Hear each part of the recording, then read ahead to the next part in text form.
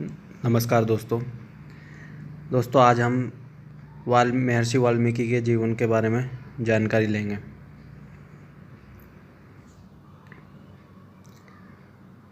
आपको पता चलेगा कि वाल्मीकि जी को रामायण के रचयिता थे। वास्तव में एक डाकू थे। वाल्मीकि जयंती अर्थात एक ऐसा दिन जब महान रचयिता वाल्मीकि जी का जन्म हुआ। इनकी महान रचना से हमें महाग्रंथ रामायण का सुख मिला। यह एक ऐसा ग्रंथ है जिसने मर्यादा, सत्य, प्रेम, भ्रातृत्व, मित्रत्व एवं सेवक के धर्म की परिभाषा सिखाई। वाल्मीकि जी के जीवन से बहुत सीखने को मिलता है। उनका व्यक्तित्व साधारण नहीं था। उन्होंने अपने जीवन की एक घटना से प्रेरित होकर अपना जीवन पथ बदल दिया, जिसके फलस्वरूप वे महान पूजनीय कवियों में से एक बने। यही चरित्र उन्हें महान बनाता है और हमें उनसे सीखने के प्रति प्रेरित करता है। महर्षि वाल्मीकि का नाम रत्नाकर था और उनका पालन जंगल में रहने वाली भील जाति में हुआ था, जिस कारण उन्होंने भीलों की परंपरा को अपनाया और आजीविका के लिए डाकू बन गए। अपने परिवार के पालन पोषण के लिए वे राहगीरों को लूटते थे एवं जरूरत होने पर मार भी देते थे। इस प्रकार वे दिन प्रतिदिन अपने पापों का घड़ा भर रहे थे। एक दिन उनके जंगल से नारद मुनि निकल रहे थे। उन्हें देख रत्नाकर ने उन्हें बंदी बना लिया। नारद मुनि ने उनसे सवाल किया कि तुम ऐसे पाप क्यों कर रहे हो।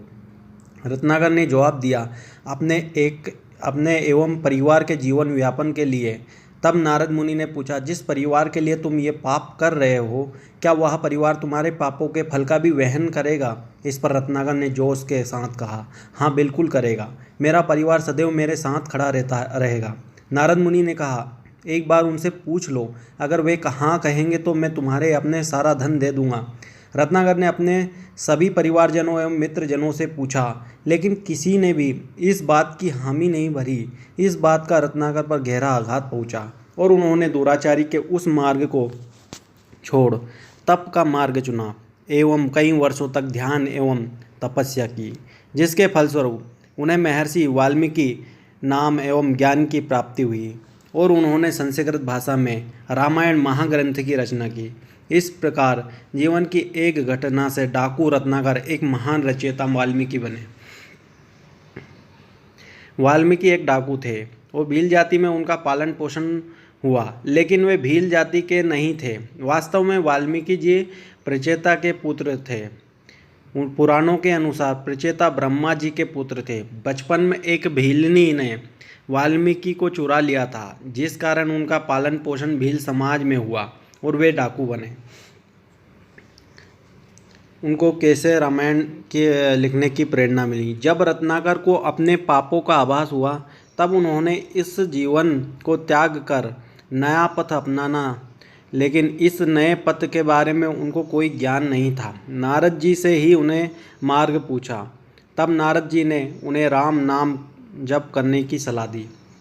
रत्नाकर ने बहुत लंबे समय तक राम नाम जपा, पर अज्ञानता के कारण भूलवश वह राम का जप मरा में बदल गया, जिसके कारण उनका शरीर दुर्बल हो गया। उस पर चींटियां लग गई।